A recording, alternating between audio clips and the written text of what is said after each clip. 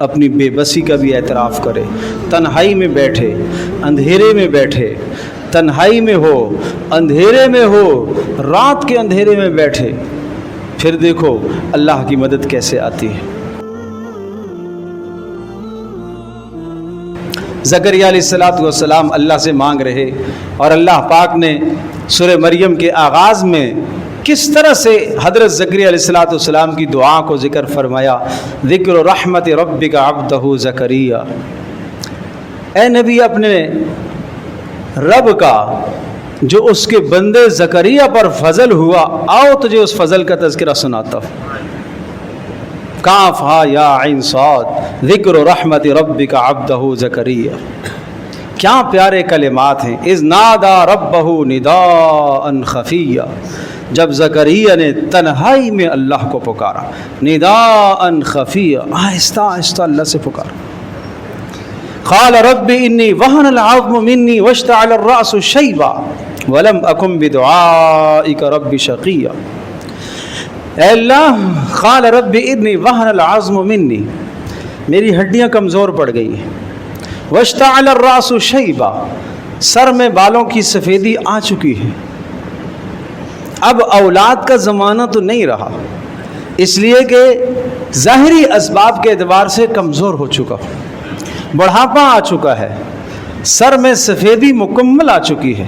لیکن اگلا جملہ سنیے گا، ہڈیاں بوڑھی ہو گئی، سر میں سفیدی آ گئی، اسباب ختم ہو گئے، لیکن پھر بھی وَلَمْ أَكُمْ بِدُعَائِكَ رَبِّ شَقِيًّا، اے اللہ اس حالت میں بھی تیری جانب سے قبولیت کا فیصلہ ہو جائے، میں اس سے مایوس نہیں ہوں، میں مایوس نہیں، تو اس حال میں بھی مجھے عطا کر سکتا ہے، اولاد دے سکتا ہے۔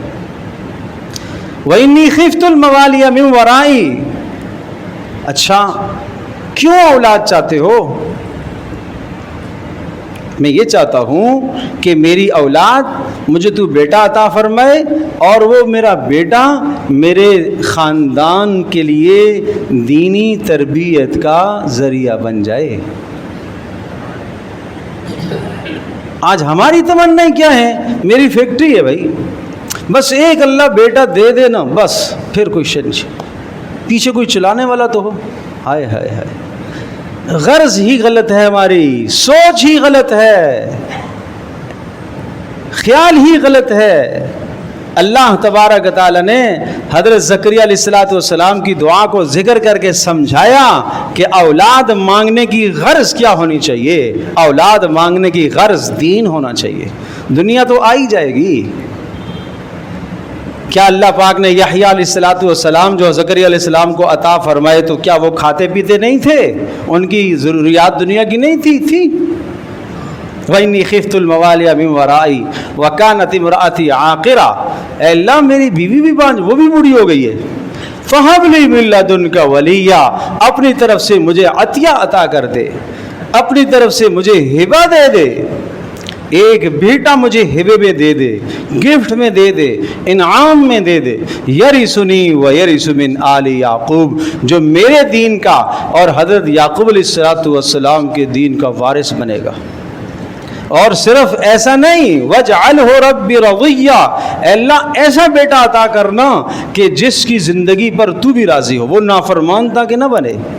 پھر یا زکریا انا نبشرک بغلام اسمہ یحییٰ لم نجعل لہ من قبل سمیہ، پھر اللہ پاک نے کہا اے زکریا آؤ ہم تجھے لڑکا دے رہے ہیں، اور اس لڑکے کا نام بھی ہم خود رکھیں گے یحییٰ، اور اس نام کا لڑکا آج تک کسی کا نہیں ہوا۔ اللہ اکبر، اللہ اکبر۔ رب حب لی من لدنک ذریۃ طیبہ، دوسری جگہ پر کلمات رب حب لی من لدنک ذریۃ طیبہ، اے اللہ مجھے نیک اور پاکیزہ اولاد عطا فرما، انک سمیع الدعاء، اے اللہ تو دعاؤں کو سننے والا ہے، اے اللہ تو دعاؤں کو قبول کرنے والا ہے۔